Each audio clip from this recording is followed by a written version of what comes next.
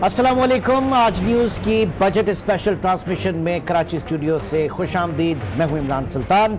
नाज़रीन, पिछले 3-4 दिन से हम जो है इकॉनमी को डिस्कस कर रहे हैं अपने बजट स्पेशल्स प्रोग्राम में। फिर उसके बाद हमने कल जो हमारी प्रिसाइज ट्रांसमिशन थी इकनॉमिक सर्वे के हवाले से, और फिर आज हम बजट पे बात करेंगे, आइंदा माली साल के लिए जो पेश किया जाने वाला बजट है। लेकिन जो हमेशा से एक रवायत रही थी, हमेशा से रवायत होती थी कि इकनॉमिक सर्वे के दिन जो है हुकूमत पिछले 365 दिन की कारकर्दगी का जायज़ा लेती थी। इस मरतबा वो चीज़ देखने में नहीं आई। इस मरतबा हमने देखा कि कल फाइनेंस मिनिस्टर मुशीर ख़जाना जो है वो शरीक ज़रूर थे और उनके साथ पूरी इकनॉमिक टीम भी थी, लेकिन उसमें जो है इकनॉमिक सर्वे के ऊपर बात नहीं हो रही थी, बल्कि वो कलीमुल्लाह से सलीमुल्लाह और सलीमुल्लाह से कलीमुल्लाह जो है वो सूरत हाल जा रही थी। क्योंकि बड़ा कुछ समझ में नहीं आ रहा था, क्योंकि जो सवालात वहाँ पर पूछे जा रहे थे उसके जवाबात भी उस तरीके से नहीं मिल रहे थे जो मिलने चाहिए थे।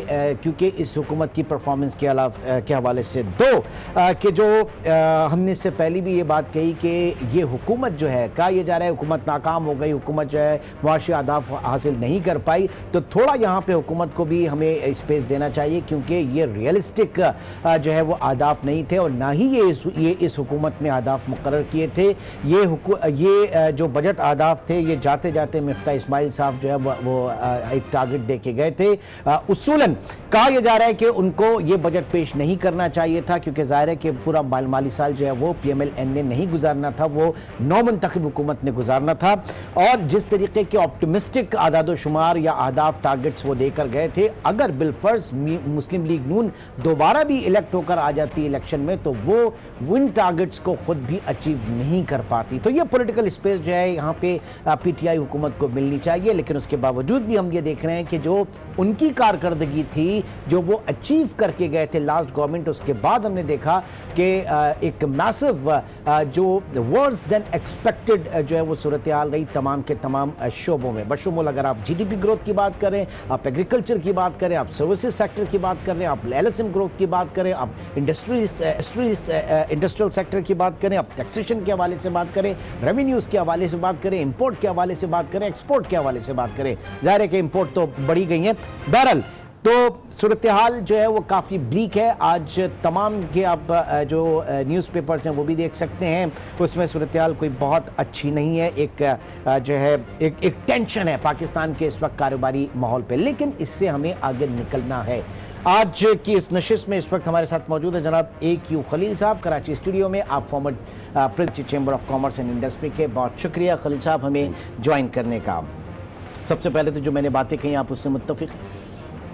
किसी हद तक ठीक है। आगे चलते हैं, तो जिन चीज़ों पे नहीं मुत्तफिक हैं ज़रा उनके ऊपर भी आ जाते हैं। लेकिन उससे पहले नाज़रीन आपको मैं ये भी आपकी खिदमत में अर्ज़ करूं कि 2 के जो इकनॉमिक सर्वे था वो कल था, लेकिन आज न्यूज़ अपनी रिवायत को बरकरार रखते हुए पहले ही इकनॉमिक सर्वे जो है आपके सामने लेकर आ चुका था, और आज बजट स्पीच शाम में होगी। लेकिन आज न्यूज़ की स्क्रीन पर आप बजट के आदाब जो हैं वो देख सकते हैं। जो आज पेश होने जा रहा है बजट, वो भी हमारे जो इस्लामाबाद ब्यूरो है उसने ब्रेक कर दिया है। तो आपके साथ भी मैं कुछ उसकी चीज़ें जो है वो पहले डिस्कस करता चलो, फिर उसके बाद हम पूरे डिस्कशन पे आएंगे। वफाकी हुकूमत मजमूई हजम जो होगा बजट का, ये PSDP के हवाले से हम जो कुछ फिगर सामने आए, बहरहाल 6,800 अरब रुपए इसका हजम होगा। टैक्स वसूलियों का अदब 5,550 अरब रुपए रखने की तजवीज़ की गई है। 5.5 ट्रिलियन रुपए, जो कि इंतहाई एक ऑप्टिमिस्टिक टारगेट है, जो कहा यह जा रहा है कि नहीं पूरा हो सकता, बहुत मुश्किल है। बहरहाल दिफाई बजट 1250 अरब रुपए मुख्तस किए जाने का इम्कान है। माली खसारे का हदफ 3,000 अरब रुपए जो है मुख्तस करने की तजवीज़ है। कर्ज़ों पर सूद की अदायगी के लिए 2,500 अरब रुपए जो है वो मुख्तस किए जाएंगे। आइंदा बजट में तरक्याती कामों पर 925 अरब रुपए खर्च करने का तखमीना होगा। बरामदी शोबे समेत दीगर शोबों को हासिल टैक्स छूट ख़त्म होगी। इस टैक्स छूट में हम देख रहे हैं कि जो वैल्यू एडेड जो हमारा सेक्टर है और स्पेशली हमारा जो ज़ीरो रेटेड सेक्टर है वो इस के स्ट्राइक की भी उन्होंने बात की, स्ट्राइक की भी कॉल दी हुई है और साथ ही साथ बहुत प्रॉब्लम हो जाएगा उनके लिए अगर ऐसा कुछ आता है। जो मज़ीद आगे चलते हैं, आइंदा बजट में तरक्याती कामों पर 925 अरब रुपए खर्च करने का तखमीना, सरकारी मुलाजमीन की तनख्वाह पेंशन में 10% इजाफा मुतवक्के है, सेल्स टैक्स की मयारी शरह 17 से बढ़ाकर 18% किए जाने का इम्कान है। ये वो शरह है जो कि इस वक्त खित्ते में शायद कोई और मुल्क नहीं दे रहा, किसी और मुल्क के जो लोग हैं, अवाम है, वो नहीं दे रही। हम पाकिस्तानी हैं जिनको 18% टैक्स देना पड़ेगा, GST in the form of general sales tax, क्योंकि हमारे टैक्स का निज़ाम जो है वो यकसा नहीं है, हमारे टैक्स का निज़ाम जो है वो मसावी नहीं है। हमारे यहाँ अमीर उमरा जो है वो टैक्स नहीं देते, वो टैक्स से भागते हैं, लिहाजा ये वो टैक्स है जो पाकिस्तानी अवाम से लिया जा रहा है। बहुत सारी और भी चीज़ें जो आपके साथ डिस्कस करनी है, एक न्यूज़ ब्रेक की तरफ चलेंगे, उससे वापस आके हम आपसे डिस्कस करते हैं।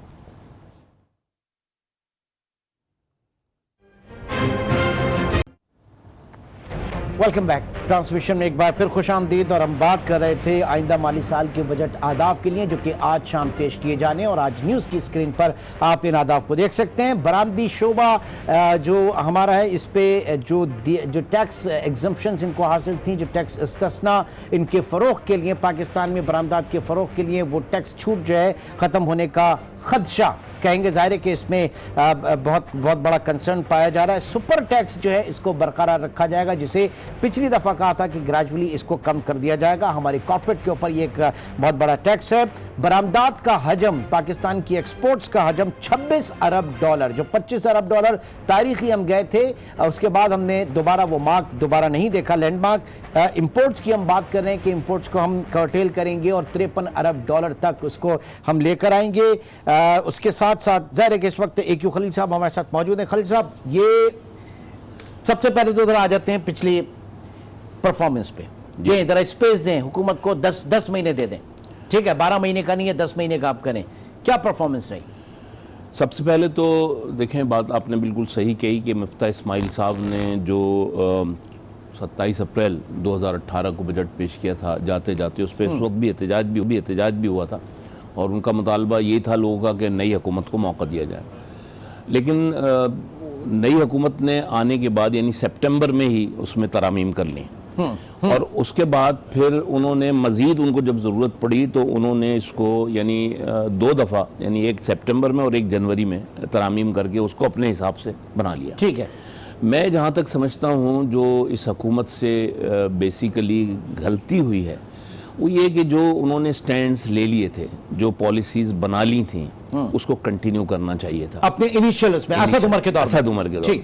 जो इन्होंने क्या किया, मिसाल के तौर पे अभी हम ज़ीरो रेट की बात कर रहे थे, यही वज़ीर ख़जाना था, यही PTI की गवर्नमेंट थी, इन्होंने ही बिज़नेस कम्युनिटी के साथ बैठ के बात की और उनको कुछ मुराद दी, उनकी बातें मानी, मुतालबात किए।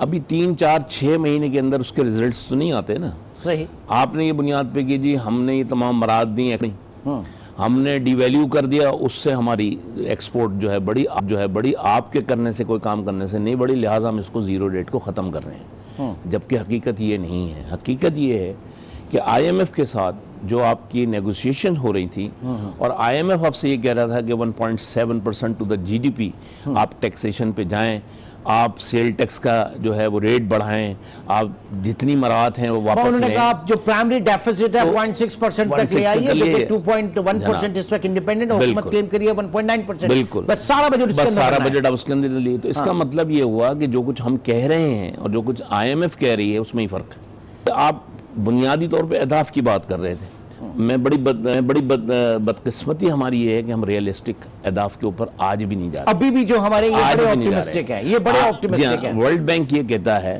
कि 2024 तक जब इनका दौर का इख्तिताम होगा उस वक्त जो है वो हमारी GDP की शरह 2.4 या 2.5 होगी। हम कहते हैं हम इसको 4 पे लेके आने वाले हैं। पहली बात तो ये है कि वो जो इंटरनेशनल मॉनेटरी एजेंसी जिनकी डायरेक्टिव्स पे आप टैक्सेस लगा रहे हैं, उनका अपना मानना ये है कि आप इसको अचीव नहीं कर सकेंगे। और वो तो कहते हैं आप जरा ग्रोथ को अपने साइड में रख दें, आप स्टेबिलिटी की तरफ आइए, और स्टेबिलिटी में तो कहीं पे है ही नहीं है ही नहीं। दूसरी बात जो बड़ी इंपॉर्टेंट है वो ये है सिस्टम। इस सिस्टम को किसी ने भी छेड़ने की कोशिश नहीं की। हम 70 साल से एडहॉकिज्म पे चल रहे हैं, कभी भी हमने इस बात की कोशिश नहीं की कि भाई कि जिस आदमी के पास, यानी अब आपने खुद अभी जैसे कहा कि मरात याफ्ता तबका या अमीर तबका टैक्स नहीं देता, तो अगर आप ये देखें कि वो आदमी जो 100 रुपए का कार्ड लेता है या कोई भी छोटी मोटी चीज देता है, वो अपना हिस्सा डाल देता है। ठीक है, मतलब रिग्रेसिव टैक्सेशन, डायरेक्ट जीएसटी 18%, सब कुछ दुनिया में कौन देता है, कौन सा मुल्क देता है भाई? इनडायरेक्ट टैक्सेस का जो एक धब्बा है दुनिया में, ये बहुत अच्छी चीज नहीं है। दुनिया में डायरेक्ट टैक्सेशन को हुकूमत पकड़ लिया, टटोल के कहीं पे विदहोल्डिंग में विदहोल्डिंग एजेंट के अलावा फिर आप ये देखें कि आपने इतना बड़ा एफबीआर बनाया हुआ है, इतने बड़ा स्टाफ रखा हुआ है, आपको कहीं विदहोल्डिंग से मिल रहा है, कहीं से आपको सेल टैक्स से मिल रहा है, आपकी अपनी मतलब डायरेक्ट टैक्सेशन नहीं है, सब विदहोल्डिंग एजेंट बने हुए वो आपको दे रहे हैं, उसकी वजह से आप एडवांस टैक्स, उसके बाद फिर आपका एफर्ट्स ही नहीं आता ना, आपका एफर्ट्स फिर चला जाता है नोटिस पे कि भाई कारकर्दगी भी तो दिखानी है, तनख्वाह लेनी है, नौकरी करनी है, तो लिहाजा आप एफबीआर में, अब नए चेयरमैन एफबीआर आए, सर अभी भी देखे ना इनको आए हुए कितना टाइम हुआ बेचारों को, इनको अभी टाइम लगेगा समझाने में। अभी तो इन्हीं के खिलाफ रेफरेंसेस और जनाब वो पिटिशनें चल रही हैं, वो दिल से तो अभी कबूल नहीं कर रहे हैं ना उनको। लेकिन ये कि मैं ये बता रहा हूँ, ये ट्रेडिशन है हमारा। दूसरी बात, हमारा जो इस वक्त सबसे बड़ा इशू है जो मैं समझता हूँ वो ये है कि डॉक्यूमेंटेशन ऑफ इकोनॉमी जब तक हमारे यहाँ नहीं होगी, अच्छा वो क्यों नहीं होती, जरा आ जाते हैं इसके ऊपर भी, क्योंकि ये बहुत अहम पॉइंट है। इस्लामाबाद स्टूडियो में हमें हमारे कॉरेस्पोंडेंट मुगल अशफाक मुगल भी इस वक्त हमारे साथ मौजूद हैं, जिन्होंने आज ये बजट के फिगर्स जो हैं ये ब्रेक किए हैं। अशफाक, सबसे पहले तो मैं ये जानना चाहूँगा कि कल आपने इकोनॉमिक सर्वे स्पीच देखी, प्रेस कॉन्फ्रेंस देखी होगी, क्या कहीं से नज़र आ रहा था कि उसमें इकोनॉमिक सर्वे को ही डिस्कस किया जा रहा था? जी बिल्कुल, जो प्री बजट प्रेस कॉन्फ्रेंस थी डॉक्टर अब्दुल हफीज़ शेख की, उनकी वो ज़्यादातर जो स्पीच थी जो थी वो ज़्यादातर सियासी थी, और पिछले जो 70 साल या 15 साल जो थे माजी के, उस पर डिस्कस होता रहा। और जितनी भी उनकी स्पीच थी उसमें कहीं भी इकोनॉमिक्स सर्वे के जो इंडिकेटर्स होते हैं उस पर बात उन्होंने नहीं की, और उन्होंने कोशिश की कि उसको अवॉइड करने की। जब सवाल जवाब हुए तो भी जो है वो उनके जो है वो उनका वो उन्होंने खातिर ख्वाह को जवाब नहीं दिया। तब जब उनसे एक सवाल हुआ कि हम कोई अच्छी खबर हमें बताएं, कोई अच्छा इंडिकेटर्स अपनी जो पीटीआई की गवर्नमेंट है उसका एक साल जो फिस्कल जो साल है वो मुकम्मल हुआ है, कोई ऐसी परफॉर्मेंस बताएं जो जिसका टारगेट जो है वो आपने हासिल किया। तो उसका जवाब जो है वो अब्दुल रज़ाक दाऊद ने ये कहा कि ये बहुत अच्छा क्वेश्चन है कि हमने चाइना के साथ जो दूसरा जो FTA वो किया है, इसके अलावा कुछ और जो मार्केट एक्सेस हासिल किया है। तो ये दूसरे लफ्ज़ों में ये इतराफ़ था उनका अपनी नाकामी का कि उनके पास कोई अच्छी खबर नहीं है बताने के लिए आवाम को, क्योंकि GDP जो 6.2% उसका हदफ था वो 3.5% जो है वो हासिल किया गया है, जबकि IMF का कहना है कि ये जो हदफ जो ग्रोथ जो हासिल की गई है वो तकरीबन 2.9 है, उसकी रिपोर्ट में ये कहा गया था अप्रैल में। जबकि उसके जो सब सेक्टर्स हैं जो तकरीबन 20 सब सेक्टर बनते हैं, उनमें से कोई ऐसा सेक्टर नहीं है जिसने ग्रो किया हो टारगेट के मुताबिक। सबसे जो अहम जो शोबा है वो तामीरात का है। तामीरात में हमेशा पाकिस्तान की ग्रोथ जो है वो 5, 6 या 7 या बाज़ का 10% भी रही है, और इसका जो हदफ था वो तकरीबन 7.5% से भी ऊपर था। लेकिन ये जो माइनस में रहा, इसने हासिल कुछ भी नहीं किया, जबकि आइंदा माली साल के लिए महज इसका हदफ जो है 1.5% जो है मुकर्रर किया गया है। इसके अलावा अगर FPR की बात करें तो FPR के टारगेट्स जो है वो इतना ज़्यादा एम्बिशियस नहीं थे, लेकिन जो उनकी जो FPR की परफॉर्मेंस जो है वो तकरीबन 5% से भी ज़्यादा जो है वो उसकी ग्रोथ नहीं है। हालांकि जो महंगाई है वो तकरीबन 9% तक पहुंच चुकी है, जबकि GDP ने जो ग्रोथ किया है वो 3.3%, तो तकरीबन 10% इनकी ग्रोथ होनी चाहिए थी इस बगैर कोई इजाफी इकदाम किए हुए, लेकिन वहाँ भी इनको कोई कामयाबी नहीं हुई। डिवैल्यूएशन भी की गई, कुछ मराद भी दी गई, लेकिन इसके बावजूद जो है वो एक्सपोर्ट ने ग्रो नहीं किया।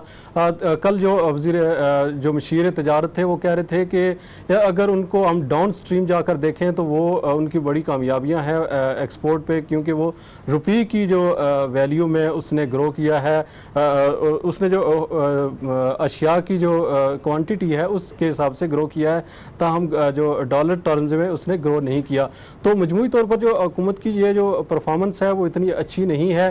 मुश्किल हालात यानी मुश्किल रहा, कल इकोनॉमिक इकोनॉमिक टीम को थोड़ा सा मुश्किल रहा फेस करना, सवालात के जवाब देना इतना आसान नहीं था कल, मुश्किल। अशफाक मुगल भी हमारे साथ मौजूद हैं और यहाँ AQ खलील साहब हैं। एक छोटे से ब्रेक की तरफ चलेंगे और ब्रेक के बाद हम डिस्कस करेंगे कि ये जो इस वक्त आदाफ रखे गए स्पेशली कंस्ट्रक्शन के हवाले से, जब बात की जा रही है 50 लाख घरों की तामीर और वहाँ पे कंस्ट्रक्शन इंडस्ट्री, उसको आप टारगेट अगले साल का दे रहे हैं 1.5% की ग्रोथ का, जो कि 10%, 8%, 9% जो है डबल डिजिट्स में ग्रोथ हुआ करती थी। ऐसा क्यों? एक छोटे से ब्रेक के बाद दोबारा हाजिर होते हैं। Welcome back. नाज़रीन, इस वक्त ट्रांसमिशन में कराची स्टूडियो में हमें ज्वाइन किया है अनवर काशिफ मुमताज़ ने भी, माहिर टैक्स सबूर हैं। अनवर, बहुत शुक्रिया। कहाँ जा रहे हैं हम? पूरे साल आप टैक्स और आप करते रहे, ये क्या क्या हो गया है? अब तो पकड़ के तुम टैक्स दो, ये होना चाहिए। ये आप जनाब से नहीं चलेगा काम। देखिए, हमारे प्रोग्राम की वजह से कल जो प्राइम मिनिस्टर साहब का 9 बजे का वीडियो पैगाम है उसमें उन्होंने एडमिशन कर लिया कि पाकिस्तानी कौम जो टैक्स नहीं देती, सबसे कम टैक्स देती है। तो ये एडमिशन जो है ना, ये इस बात की अक्कासी है कि यहाँ पे बहुत काम। कमाल किसमें है? इसमें पाकिस्तानी कौम का या टैक्स कंसल्टेंट्स का है? ये किसी का भी कमाल हो, लेकिन ये है कि ये एक बहुत बड़ा स्टिग्मा है, ठीक है ना। मतलब और यही बात हम बार बार ये कर रहे हैं कि लोगों को इनकरेज कर रहे हैं कि अपने प्रोग्राम के जरिए टैक्स देना चाहिए, लेकिन फिर मेरे ख्याल में वही एक्सरसाइज नहीं हुई।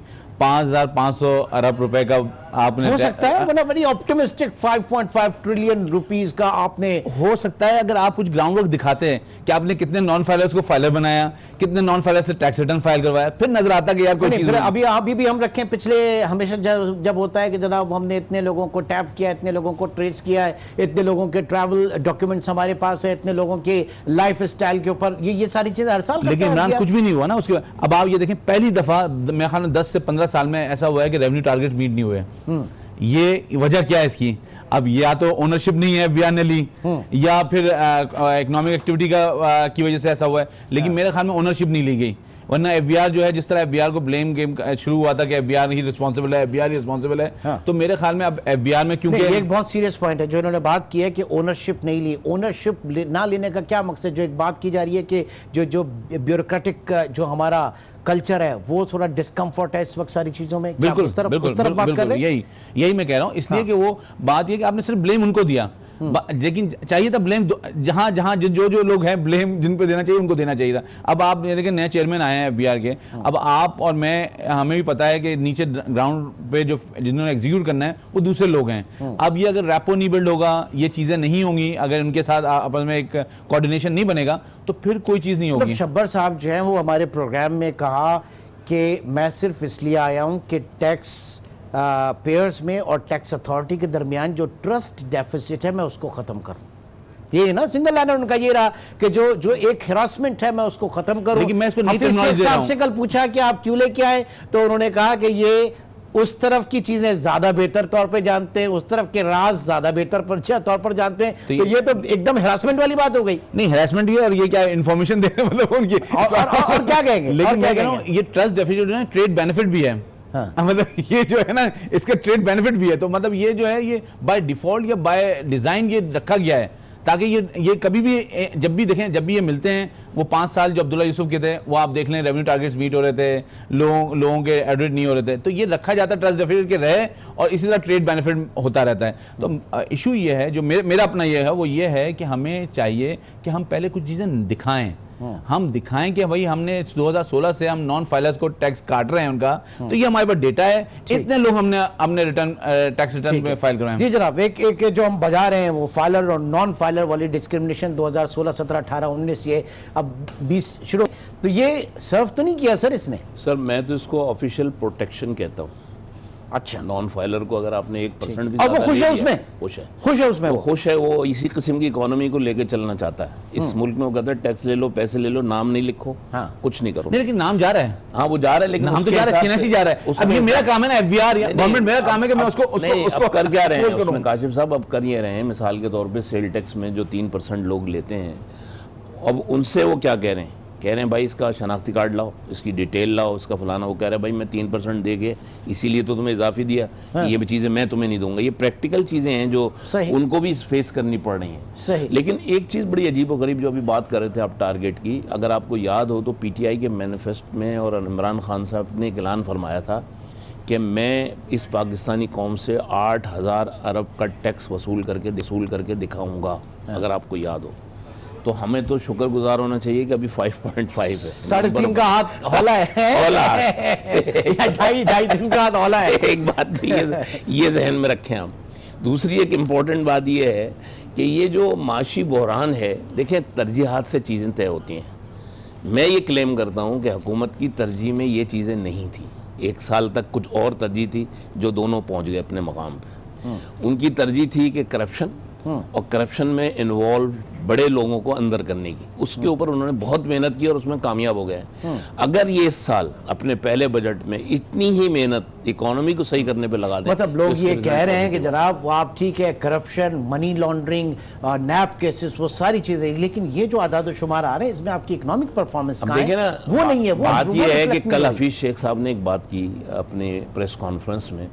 उन्होंने कहा कि जी जिन लोगों ने अहदाफ मुकर्रर किए थे उनको ये अहदाफ हासिल ही नहीं करने थे, लिहाजा उन्होंने ये सारी कुछ चीज़ें जो हैं बना के दे दी। ठीक है। सवाल ये है कि आज आप जो दे रहे हैं, हाँ। आज भी यही सिचुएशन है। नहीं, अभी नहीं, आपने अब कैंसिल कर ली। कंपेयर करें, देखिए कंपेयर नहीं, करें नहीं, जो वो नहीं, करके गए थे, वही तो जो कर रहा हूं। एग्जीक्यूट करके गए कंस्ट्रक्शन थे, वाला जो अभी इमरान बात कर रहे थे, वो उन्होंने इतना लो रखा है। हाँ। आप कह रहे थे ना कि डबल डिजिट में 1.5 रखा है, तो उन्होंने इतना लो रखा है कि वो अचीव ही हो जाएगा। मतलब नहीं वो देखें, ये तो एक अहदाफ है। हम टैक्सेशन की बात कर रहे हैं, बात ये कर रहे हैं कि जो टैक्सेशन आप देखें, अब 18% अभी हम कह रहे हैं कि जी शायद तवक्को है कि सेल टैक्स को बढ़ा के 17 से 18 कर देंगे। इसका इम्पैक्ट डायरेक्ट आप देखें क्या आएगा। आप पैसे वसूल करने से पहले जो इसकी रिजल्टमेंट आएगी उसको फील करें। कुछ 10% महंगाई cost को हो आप देखें कहाँ पहुँचेगी, उसके ऊपर पब्लिक का क्या रिएक्शन आएगा। हम जब मुज़ाकरात करने FBR गए थे तो ये बात इन प्रिंसिपल वहाँ पर जो FBR के बड़े थे उस वक्त के, वो ये एग्री करते थे कि सेल टैक्स का रेट कम होना ज़रूरी है और उसको कम से कम कुछ नहीं तो ½ % कम होना चाहिए ताकि लोगों को थोड़ा सा हौसला अफजाई मिले। अब इन्होंने कहा ना कि अब्दुल्ला यूसुफ के ज़माने में टारगेट अचीव हो जाते थे या सब कुछ हो जाती थे, तो भाईजान यहाँ ये भी तो साथ साथ बात है कि इसहाक डार की जो जादूगरियाँ हैं, इसी किस्म की जादूगरियाँ उस दौर में भी कहीं हो रही होंगी, जिसका इम्पैक्ट अब मजमूई तौर पे आया। देखें एक वक्त तो आना था ना पाकिस्तान पे, नहीं, लेकिन सब जब ये लोगों पे सारी नहीं आना चीज़ें चाहिए, आई। लोगों पे इम्पैक्ट नहीं आना लोगों चाहिए। में चलो जरा इस्लामाबाद agree, चलते हैं, आप देखेंगे agree, आज क्या हो गया। आम लोगों पे नहीं आना चाहिए। कल तो पूरे का पूरी ट्रांसमिशन जो है वो जरदारी साहब पे चली गई थी और इकोनॉमिक सर्वे हम वैसे भी डिस्कस नहीं कर सके। आज क्या सूरत हाल है, आज बजट कौन पेश कर रहा है? अशफाक मुगल वहां बैठे हैं, क्या बातें हो रही हैं? बजट स्पीच जो है वो कौन करेगा, डिलीवर कौन करेगा? हाफिज शेख साहब करेंगे, हम्माद अजहर करेंगे, कौन करेगा? बहुत अच्छा सवाल है। जी बिल्कुल, ये बड़ा वैलिड क्वेश्चन है कि ऐसे वक्त में जब हुकूमत माशी कारकर्दगी के हवाले से एक सेट अहदाफ जो मुकर्रर करने जा रही है और आइंदा माली साल का बजट जो है वो 5 बजे पेश किया जाना है, लेकिन अभी तक जो है वो कोई कंफर्म नहीं है कि किसने बजट पेश करना है, क्योंकि हफीज़ शेख साहब को बजट पेश करने के लिए ज़रूरी है कि वो पहले हलफ लें, उसके बाद वो जो है वो बजट पेश कर सकते हैं। दूसरा ऑप्शन जो है वो मुफ्ता साहब के दौर में देखा था है, क्योंकि वो मज़े की बात ये उस वक्त इनका मुतालबा जी जी था। जी जी जी जी अशफाक मुगल, आपको आवाज आ रही है मेरी? जी मुझे आपकी आवाज़ आ रही है। तो मैं ये बता रहा था कि हम्माद अजहर के ज़्यादा चांसेस हैं कि चूँकि वो रुकन पार्लियामेंट हैं तो वो और वज़ीर महसूलात हैं, तो ज़्यादा इम्कान ये है कि हम्माद अजहर जो है वो बजट पेश करेंगे। लेकिन ये हुकूमती टीम की या हुकूमत की एक तकरीबन जिसको कह सकते हैं कि गैर संजीदगी का एक जो है वो उनसर सामने आ रहा है कि बजट आपने पेश करना है, अपनी जो माशी पॉलिसियाँ आपने देनी है, लेकिन किसने देनी है, पार्लियामेंट के सामने किसने बजट पेश करना है, उसके हवाले से अभी गो मगो की कैफियत है। ताहम ज़्यादा इम्कान यही है कि हम्माद अजहर हैं जो वज़ीर ममलकत बराए महसूलात हैं वो बजट पेश करेंगे और हफीज़ शेख साहब जो है वो शायद बजट पेश ना कर सके। लेकिन लेकिन इसका हतमी फैसला जो है काबीना के इजलास के बाद कर दिया जाएगा कि बजट पेश किसने करना है। तो बड़ी दिलचस्प सूरत हाल है। बजट आदाब जो है शुरू में रखे थे असद उमर ने, बजट बनाया जो है मुशीर खजाना हफीज शेख साहब ने, बजट पेश जो है हमाद अजहर साहब कर रहे हैं, बजट के इम्प्लीमेंटेशन पता नहीं।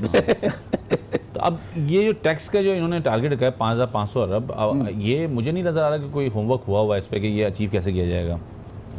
बार बार इतनी बड़ी बड़ी गलतियां कैसे करेंगे? मुझे नहीं समझ मतलब क्या कहेंगे इसे 5,500 अरब 1500 का आपने इंक्रीज किया है, 1500 अरब आपने इंक्रीज किया है। 1.5 ट्रिलियन। हाँ, आपके पास कोई ना कोई उसकी प्लान होना चाहिए। मैं कहा बिकॉज आपके पास अब हफीज शेख हैं, आपके पास अगर 1500 भी आपने किया है, 1500 अरब भी किया है, तो आप कितना जीएसटी से आप बहुत ज्यादा हुआ, आपने जीएसटी तो इनको बढ़ाना ही चाहिए। वो जो वाली बात कर रहे थे ना, जीएसटी बढ़ाने से पहले खुदकुशी कर लेनी चाहिए, इसलिए कि जीएसटी जो है ना वो आम आदमी को मारेगा, वो 10% से महंगाई बढ़ाएगा। तो अब वो 10% की महंगाई जो है ना आम आदमी को जो है ना वो बिल्कुल ही वैसे ही जो है वो उसको तकलीफ बहुत है, बहुत परेशानी है। जो लोग 30,000 या 25,000 पे घर लेके जाते थे उनके लिए 18,000 पे घर पे पड़ रहे हैं, तो वैसे ही वो लोग जो है ना बहुत परेशानी में। तो मैं जो हम पहले बात कर रहे थे खलील साहब, जो हम पहले बात कर रहे थे कि जनाब हाउसिंग इंडस्ट्री, कंस्ट्रक्शन 10% से आप नीचे माइनस की तरफ आ गए। जी जी, और 50 लाख घर भी बनाने आपने, कैसे मुमकिन होगा? देखिए, मैं ज़ाती तौर पर ये समझता हूँ कि जो कंस्ट्रक्शन के हवाले से जो प्राइम मिनिस्टर साहब का जो विज़न था उसको हुकूमत में कहीं सपोर्ट नहीं मिल रही। हुकूमत की मैं उन लोगों की बात कर रहा हूँ जिन्होंने करना है।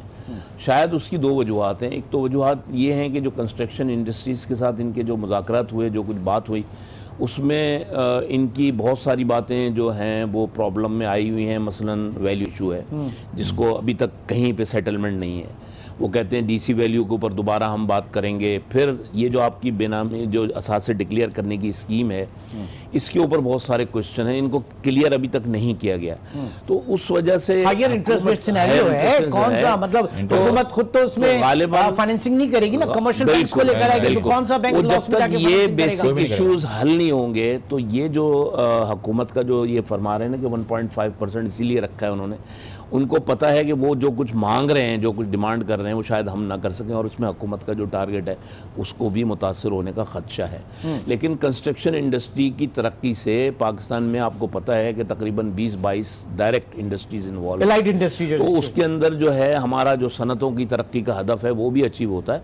तो इसको प्रमोट करने की अशद ज़रूरत है। इंडस्ट्रीज क्या करने जा रहे हैं सर ये, अगर आपने जीरो रेट पे ख़त्म किया तो? देखिए, इसमें तो दो ओपिनियन बिल्कुल क्लियर कट हैं। एक तो ये कि टेक्सटाइल इंडस्ट्री और जो लेदर वाले और ये दीगर जिनके 0.5 इंडस्ट्री जीरो रेट वाले, ये तो कहते हैं कि जी हम तो नहीं काम कर सकेंगे और हम इसको बंद करेंगे। लेकिन मेरा ख्याल है कि कोई वाया मीडिया इसमें निकल आएगा, क्योंकि जैसे अब आपने सुना होगा कि बीच में खबरें आ रही थी कि 7.5% सेल टैक्स लोकल कंजम्पशन के ऊपर लोकल करके, वो भी तो ज्यादती है ना, क्यों नहीं दे रहे थे? देखिए ना अब ज्यादती है कि नहीं है? मतलब आप अगर प्रोड्यूस कर रहे हैं, आप अगर क्या सारा टेक्सटाइल एक्सपोर्ट कर रहे हैं पाकिस्तान में, उनका क्लेम ये है और आप कपड़े नहीं पहन रहे हैं। ये बताएं कि अगर ये जो आ रहा है जीरो रेटिंग वाला है, अब ये से एक्सपोर्ट इफेक्ट कर देंगे, एक्सपोर्ट इफेक्ट हो जाएगी तो आपकी वैसे ही आपके लिए मुश्किल। मेरा पॉइंट ये है कि दुनिया में कहीं भी ऐसा नहीं होता जीरो रेटिंग का कोई कॉन्सेप्ट नहीं है। पाकिस्तान में ये है कि बस एग्जम्पशन दिएगा तो बिजनेस करूंगा, उसके अलावा बिजनेस नहीं करूंगा। मतलब आप अगर मुझे एग्जम्पशन नहीं मिलेगा तो मैं बिजनेस नहीं करूंगा, मेरी वायबिलिटी कंप्लीट कॉस्ट कम कर दें। अगर आप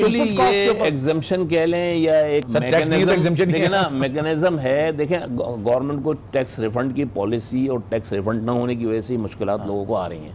आप देखें रिफंड कितना है, कितना क्वांटम होगा इस वक्त? इनका क्वांटम जो है वो बिलियंस में सर, जो नहीं दे पा रही है। 2.5 से 3 बिलियन। वो वादे बॉन्ड जारी हो गए, हम ये दे रहे हैं सारा 250 से 300 फाइनेंशियल असद उमर तो दे रहे थे ना, असद उमर तो मुझे ये बताएं कि फाइनेंशियल करंट आ जाता है रिफंड क्यों होना चाहिए?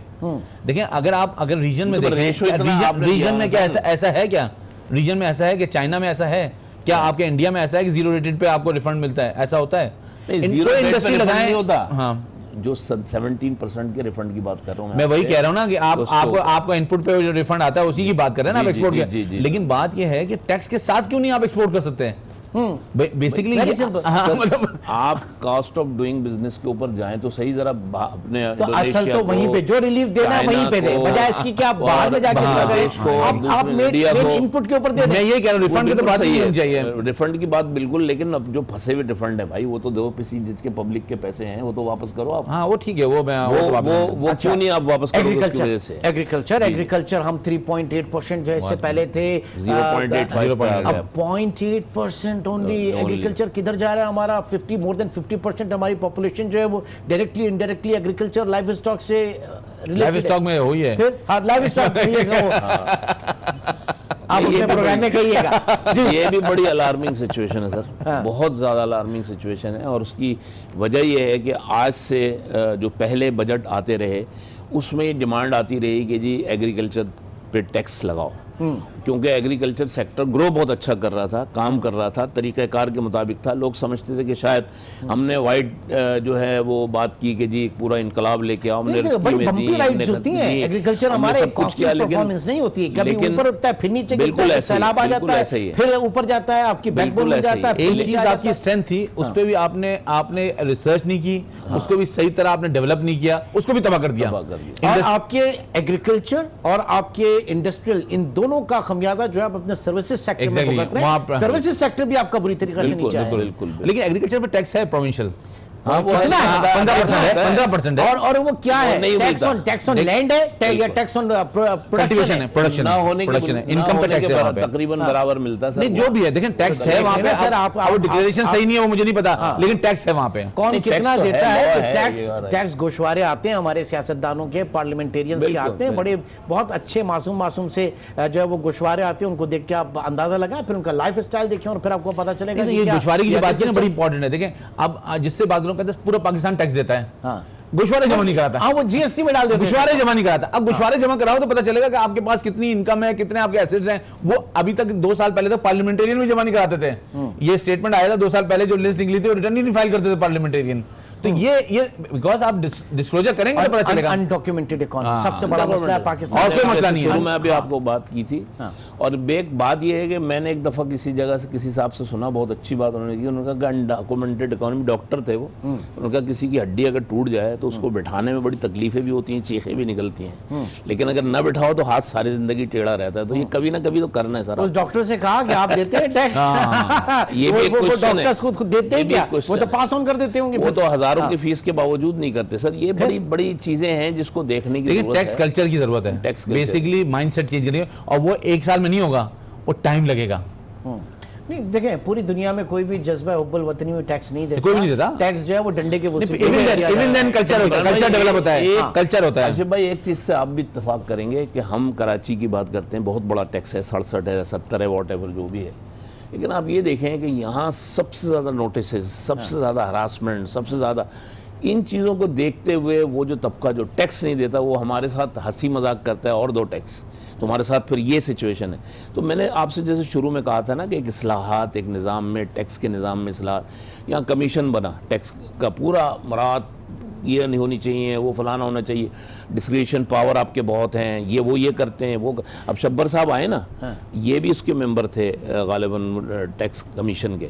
जितनी इस्लाहात रिपोर्ट थी नाफिज कर दें, वो इन्हीं की बनाई हुई रिपोर्ट है ना, जिसमें सारे पॉलिसी साइड पे तो शब्बर साहब हम जाते ही नहीं ना, उसको नाफिज करें। अब बात ये है कि 2 साल के लिए आए हैं या जो भी कुछ ये वक्त इनको मिलता है आए हैं, तो ये वो काम करके जाएं जिससे निजाम सही हो, देखिए सिस्टम सही हो। वो कह रहे हैं कि मैं ऑटोमेशन की तरफ इस्लाहात हो रही है, एमनेस्टी हर साल ये इस्लाहात हो रही हैं, हर साल एमनेस्टी, ये इस्लाहात है। और बड़े मजे की बात है, आप लोगों की वजह से आ रही है एमनेस्टी, हमारी वजह से नहीं आ रही है, ये बिजनेसमैन डिमांड कर रहे हैं। तो बिजनेसमैन के कंसल्टेंट कौन होते हैं? नहीं बिल्कुल बताइए ना, बिजनेसमैन के कंसल्टेंट होते हैं जो इस वक्त चेयरमैन है। अब वो आप कह सकते हैं भाई, वो मैं तो ये अनवर साहब की भी बात कर रहा हूँ। बहरहाल नहीं मैं ये अर्ज कर रहा हूँ मिनिस्ट्री के मुतालिक भी सर। बात ये है कि चंद माह पहले तक हमें ये कहा जा रहा था कि ये मिनिस्ट्री सही नहीं है। देखें ये सीरियस नोट पे मैं बात कर रहा हूँ आपसे, और ये कहा जा रहा था कि जिसने इस एमनेस्टी को अवेल किया हम उसकी खाते खोल देंगे, FIR कटा देंगे वगैरह वगैरह। लास्ट मिनिस्ट्री के साथ ठीक ये हुआ है, ना, जो आज पिछले आप गवर्नमेंट ने पैगाम, आज आपका पैगाम जो है 180 डिग्री उल्टा है कि भाई हमें जरूरत है, अब आप इसको आगे ये सारा कुछ डिक्लेयर करें। लेकिन उससे पहले बेनामी एक्ट भी नहीं था, बेनामी लॉ भी नहीं था, इस मर्तबा पे एक डेटरेंस मैं है। वो यर्ज कर रहा हूँ कि मैं जो ट्रस्ट डेफिसिट की उसकी बुनियाद पे बात कर रहा हूँ, बात वो सही अपनी जगह, लेकिन मैं ये कह रहा हूँ आज भी लोग इस मामले में खौफजदा हैं कि यार ये क्या चक्कर है कि कल तक जो चीज़ जायज़ नहीं थी आज कैसे जायज़ हो गई या किस तरह हो गई। ये जो बातें हैं बड़े मोहतात अंदाज में हमें बातें करनी चाहिए, इस किस्म की कोई चीज़ नहीं करनी चाहिए जिससे हो।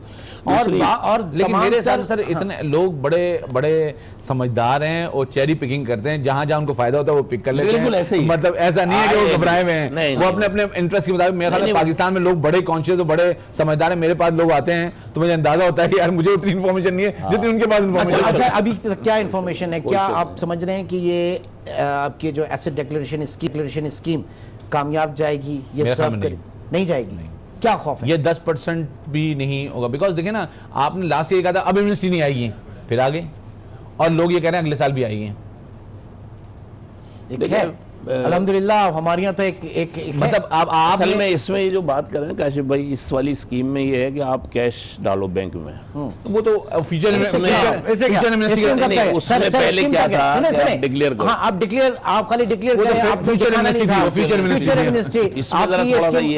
सुने, आपकी स्कीम कब तक है? ये 30 जून तक है, ठीक है। 28 जून को मैं मार्केट से 2 करोड़ उठा के अपने अकाउंट में डालता हूँ, क्लियर कराता हूँ, 2 जुलाई को वापस कर देता हूँ, किधर गई? हो गई फ्यूचर, हो गई फ्यूचर ना, बस फिर क्या ये चीजें। लेकिन वो लोगों को ये कि अगले साल फिर आएगी, और मेरे हिसाब से जो लास्ट एमनेस्टी उसका उससे कम होगा। आज जो है बजट पेश होना है और उसके खदोखाल जो है वो भी आपके साथ हमने शेयर की। और असल चीज है पॉलिसीज क्या हैं, क्या ये इंतहाई एक बार फिर खुशकुन ज़्यादा ऑप्टिमिस्टिक अहदाफ हैं जिन्हें शायद ये हुकूमत कंटिन्यू करे तब भी अचीव नहीं कर पाती, या कोई और हुकूमत आती है वो भी अचीव नहीं कर पाती। तो ये हम किस तरफ हैं, डायरेक्शन क्या है हमारी, यही हम कुछ ज़्यादा लेने की कोशिश कर रहे थे। आज के इस स्लॉट में अनवर काशिफ मुमताज़ और AQ खलील साहब और अशफाक मुगल हमारे साथ मौजूद थे। इसके बाद न्यूज़ ब्रेक है और न्यूज़ ब्रेक के बाद 1 बजे इंशाअल्लाह हम दोबारा हाजिर होंगे नए पैनल के साथ।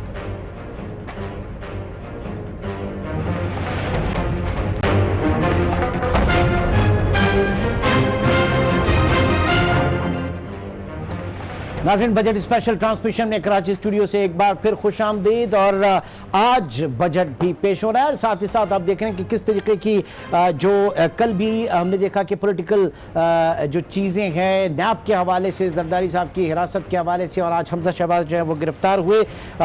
इस बीच में बजट भी पेश हो रहा है और इस बजट में जो बात की जा रही थी, बहुत मुश्किल होगा हुकूमत को एक बैलेंस बजट देना, अवाम दोस्त बजट देना या इन्वेस्टर फ्रेंडली बजट देना बहुत इस वक्त मुश्किल होगा, क्योंकि जो आदाद शुमार इस वक्त हम तक पहुंचे हैं, जो सामने आ रहे हैं। अब से कुछ देर पहले सफदर अब्बास हमारे जो कॉरेस्पोंडेंट है वो आपको अपडेट भी कर रहे थे कि आइंदा आने वाले बजट में जो इजाफा किया जा रहा है ब्रांडेड दूध वगैरह पर, पैकेट मिल्क पे 10% जो है इसके ऊपर टैक्स, इसी तरीके से आगे सिल्वर, गोल्ड, डायमंड, ये ज्वेलरी है, खामबे, इनके ऊपर 1% और उसके बाद इनकी जो वैल्यू एडिशन है इसके ऊपर भी मजीद 1% जो है वो लग रहा है। एक लोकल कंजम्पशन जो मैन्युफैक्चरिंग हमारे टेक्सटाइल यूनिट्स जो कि FBR के साथ मुंसलिक हैं, उनकी लोकल प्रोडक्शन के ऊपर 15% GST की बात हो रही है। और इस बीच में हम ये भी देख रहे हैं कि हमारे मुख्तलिफ जो स्टेक होल्डर्स हैं, ये जो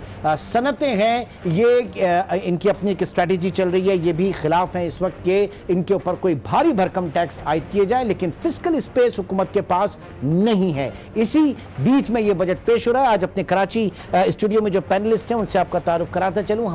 हमारे साथ इस वक्त मौजूद है मुमताज सनतकार और Karachi chamber of commerce and industry के रूह रवां जनाब सिराज कासिम तेली साहब। बहुत शुक्रिया में ज्वाइन करने का। उनके साथ तशरीफ रखते हैं माहिर टैक्स अमूर और बाबा टैक्स एमनेस्टी स्कीम अशफाक तोला साहब को हमेशा बाबा टैक्स एमनेस्टी स्कीम से भी हम याद करते हैं, गलत तो नहीं कहते सिराज भाई? सुल्तान टैक्स अब बताऊंगा थोड़ी देर में। अच्छा चलिए, आ जाते हैं। आप एमनेस्टी स्कीम में तो माशाल्लाह बड़े वायरल हो रहे हैं आपके स्टेटमेंट, ये वैसे ही वायरल है। अच्छा तेली साहब ये फरमाइएगा, हालात कहाँ हैं, हम कहाँ खड़े हैं, पाकिस्तान की मईशत कहाँ खड़ी है, वेरी सीरियस नोट पर, कहाँ खड़े हैं? बिस्मिल्लाहिर्रहमानिर्रहीम। इमरान, मैं समझता हूँ आज हम ऐसी जगह पे खड़े हैं कि जहाँ से आ रहे हैं या पा रहे हैं। अब इसका मतलब आप जो भी निकालें, देखिए बातें तो जो हम टीवी पे आजकल देख रहे हैं, जो इंफॉर्मेशन आ रही है, जो इंडिकेटर्स बता रहे हैं कि हर जगह पे कोई चीज़ पूरी नहीं हुई, हर चीज़ माइनस में है, टारगेट्स कोई अचीव नहीं हुए। और नहीं, क्या ये टारगेट्स रियलिस्टिक थे? अब उस पर भी एक सवाल है ना, गवर्नमेंट को बताना चाहिए था कि भाई ये टारगेट जो पिछली हुकूमत बना के गई, आया ये सही थे गलत थे, इस वो बताए बगैर जब आप ये डिफरेंस दिखाते हो तो उससे तो ये जाहिर होता है कि यू एक्सेप्टेड इट। प्लस आप मिनी बजट लेकर आए ना, आपने ट्रिमिंग तो की, आने के फर्क बात असद उमर ने की थी। और आपने 9 महीने क्या किया?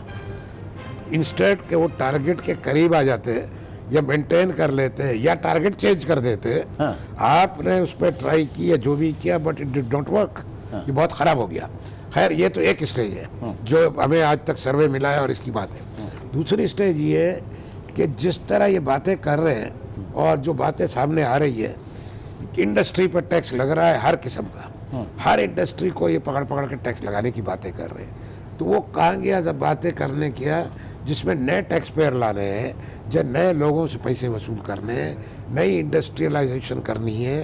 इसलिए देखें, पाकिस्तान अगर आगे बढ़ेगा तो वो इंडस्ट्री से बढ़ेगा, इंडस्ट्रियलाइजेशन से बढ़ेगा, जहाँ जॉब क्रिएशन भी होगी, सब कुछ होगा, टैक्स भी वहाँ से मिलेगा।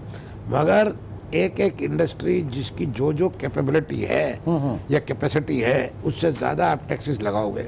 मुझे तो एक बहुत ही प्रॉब्लमेटिक अगले 3-4 महीने नज़र आ रहे हैं। अच्छा, वो इसलिए नज़र आ रहे हैं कि जब आपने उन्हीं लोगों से टैक्स लेना है और उन्हीं को बर्डन बढ़ाना है, तो फिर आप जितनी बातें कर रहे हो वो बातें फट नहीं आएगी, number 1। Number 2, you must bring a new people. अब आपने एमनेस्टी की एक बात छेड़ी, अशफाक बताएगा उसके बारे में। अशफाक भाई से जरा पूछ लेते हैं, ये हर टैक्स रिफॉर्म कमेटी और पता नहीं कौन कौन सी कमेटीज के मेंबर रहे, एडवाइजर रहे, 10 आ जाते हैं। पिछले 10 साल में अगर हुकूमत की किसी भी हुकूमत की कोई भी कारकर्दगी है तो उसमें तोला साहब का भी इनपुट जरूर रहा है, इनकी एडवाइस जरूर रही है। तोला साहब, आपने क्या एडवाइस किया कि नए टैक्स पेयर्स है नहीं, जो है वही उन्हीं के ऊपर सारा बार आ रहा है, कहाँ जा रहे हैं हम? बिस्मिल्लाहिर्रहमानिर्रहीम। ये मैं आने से पहले आपको बता रहा था कि वो एक होता है मौला बजट। मौला बजट जैसे होता है ना, वैसे मौला बजट आएगा और ये एक नोज डाइव सिचुएशन इकोनॉमी की हो गई। ये एक्चुअली ना इनको समझ पड़ी है ना इनको समझ पड़ सकती है इतने शॉर्ट टर्म में। अब इकोनॉमिक टीम इनकी चेंज हुई है, लेट अस होप के कुछ थोड़ी सी बेहतर कारकर्दगी हो। मैं अभी तो उन्होंने जो भी परफॉर्मेंस दी है नए टैक्स पेयर्स के हवाले से, एक स्टडी हमने भी अपने तौर पे की और बहुत माजी में की हुई है। एक्चुअली ये इनके बस में नहीं है। जो 2 सेक्टर जहाँ 1000 अरब का पोटेंशियल है, उसको इनको ग्रिप करना किसी भी सियासी हुकूमत, बल्कि मैंने ये देखा है कि गैर सियासी हुकूमत के भी बस में नहीं रहा था। मैं आ रहा हूँ सर, आ रहा हूँ। आपकी जीडीपी का ऑलमोस्ट 19% जो एग्रीकल्चर है, ठीक है, वो प्रोविंस के जिम्मे में आता है, ठीक है, और आपका 18.9% रिटेल एंड होलसेल ट्रेड है, ठीक है। अब अगर आप आ जाए पहले एग्रीकल्चर पे, तो एग्रीकल्चर में मैं नहीं करा कि फार्मर कमा रहा है, मैं भी देखता हूँ पजेरो, प्राडो, कौन से वो जो V8, मैं सब देखता हूँ, ठीक है ना। उनको अगर आप टैक्स को देखें तो उनका टैक्स, फिर मुझे जब हम कंपेयर करते हैं ना अपने एसेट्स उनके एसेट से, तो हमें शर्म आ रही होती है। मगर उनको शर्म उस वक्त आ रही होती है जब हम अपने टैक्स के नंबर्स बताते हैं कि हमने कितना पे किया, आपने कितना पे किया। इट इज़ नॉट नेसेसरी कि सिर्फ किसान के ऊपर ही टैक्स लगना चाहिए। ये जो बीच का एक आड़ती है, सिराज भाई विल बेयर विथ मी, आज आप चले जाओ कराची में पॉश इलाकों में कोई नई बिल्डिंग बन रही हो, तो आप पूछोगे उस बिल्डर को जाके, तो वो बोलेगा मेरे तो सारे अपार्टमेंट बुक हो गए। आप जरा उसकी गहराई में या तय में जाएं, वो बुक करने वाले कौन है? ये सारे वही दोस्त हैं हमारे जिन्होंने एग्रीकल्चर इनकम कमाई है, उनके ऊपर कोई टैक्स नहीं था। आरती लाइसेंस भी दे रहा है 10,000 और 5,000 रुपए, और वो आपका जनरेट कर रहा है 7,000 अरब, बल्कि आज के हिसाब से अगर मैं देखूं तो उससे भी कहीं ज्यादा। अब आप क्या उसका ये शेयर है कि वो सिर्फ 4 अरब दे? आपको पता है सूबों के अंदर ज़राअत पे टैक्स है, और उनके फार्मूले हैं कि इनकम पे भी है, पर्सनल इनकम पे भी है, और एकरेज यानी साइज ऑफ द आपके उस पे विच एवर इज हायर। तो मैं हायर के हिसाब से अगर मैं जाता हूं तो हायर पे मेरे हिसाब से 10 बिलियन बनना चाहिए था, उनका अपना 13 बिलियन बनता है टोटल एग्रीकल्चर से चारों सूबों का, मगर एक्चुअली आप 4 बिलियन ले रहे हैं। यानी कोई इसकी सिस्टम नहीं है ना, कोई इनमें देने वाला। मुझे एक आगे कि जी आरती कमाते हैं। अब इंडिया में एक सिस्टम था, हमने तो पूरी रिसर्च करके दे दी इनको कि फॉर्म जे जिसको हम कहते हैं, एक एक चीज रिकॉर्ड पे होती है। आरती ने या कमीशन एजेंट ने किससे लिया और कितने पैसों में क्या क्या क्वांटिटी ली, उनको नहीं ले। अच्छा, दूसरी तरफ आ जाइए रिटेलर होलसेलर। लेकिन सर आरती की जो आप बात कर रहे हैं, मिडिल मैन की जो आप बात कर रहे हैं, शब्बर जैदी साहब चेयरमैन एफपीआर जो है वो बड़े खिलाफ हैं। बिजनेस रिकॉर्डर में उन्होंने आर्टिकल भी लिखे कि इसको एलिमिनेट करना है, इसको टैक्स के अंदर लेकर आना है, आरती को, मिडिल मैन को। Test of the pudding is in the eating, आज उनका टेस्ट है शब्बर साहब का। बिल्कुल, आज इम्तिहान है ना। जो मैंने बातें की हैं, अगर मैं उस मनसब पे बैठूं और अगर मैं ना कर सकूं तो फिर सवाल तो उठेंगे, उंगलियां तो उठेंगी फिर तो। जी सिराज साहब। नहीं, बात इसकी सही है। तो एग्रीकल्चर का ये जो कह रहा है बिल्कुल सही है, उसको नेट में लाना चाहिए, जिस तरह भी लाए, चाहे प्रोविंशियल लाए या फेडरल या हमारा। वो सर वहां पे फिर इस्तेकाक मजरू होता है ना, अगर उनको ज्यादा बोले तो जो अंदर लॉबीज बैठी है उनका इस्तेकाक मजरू होता है। वो उसी को तो इमरान खान को अबूर करना है ना। तभी बातें कर रहे हैं तो सीधी यानी बात खान साहब का भी इम्तिहान है फिर। हाँ, मेरे ख्याल में घबराना नहीं है। शब्बर जैदी का इम्तिहान जरूर है, इसलिए कि he knows both the sides. ठीक है, उसको बिजनेसमैनों को भी पता है, उसको एफबीआर का भी पता है, उसको ये पता है कि कौन सा बिजनेसमैन क्या है, और उसको ये पता है कि कौन सा एफबीआर का मेंबर और बंदा क्या करता है, क्या लेकिन देता है, वो क्या तो ये लेता है। कहते हैं, मैं इसलिए आया हूं कि जो टैक्स पेयर्स और टैक्स अथॉरिटी के दरमियान जो एक डिस्कम्फर्ट है, डिस्ट्रस्ट है, उसको मैं खत्म इस करूं, पे ऑटोमेशन की तरफ। आप इस पे आ जाओ। हम कराची चैम्बर से अक्सर कहते रहे हैं और आज भी कह रहे हैं कि डेफिसिट ऑफ ट्रस्ट है एफबीआर के साथ, आज भी है। और देखो इमरान खान ने, और ये एमनेस्टी की जो बात कर रहा है, इमरान खान ने कल सुबह 9 बजे, गुज़श्ता दिन था या कब था, अब 9 बजे प्राइम मिनिस्टर साहब का मैसेज चले, यार प्राइम मिनिस्टर हो आप, रात के 7 बजे चलाओ, 8 बजे चलाओ, प्री प्राइम टाइम पे चलाओ।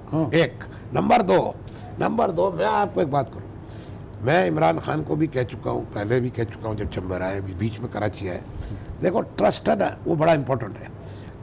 मैंने नहीं सुना इसकी पूरे इस मैसेज में कि ये कह रहा हो कि आप बेफिक्री से आ जाओ नेट में, कोई गवर्नमेंट का इदारा आपको तंग करेगा उसके ऊपर एक्शन होगा, और मैं सब गवर्नमेंट के इदारों को कहता हूँ कि खबरदार कोई हाथ न लगाए। ये क्यों नहीं कहा उसने?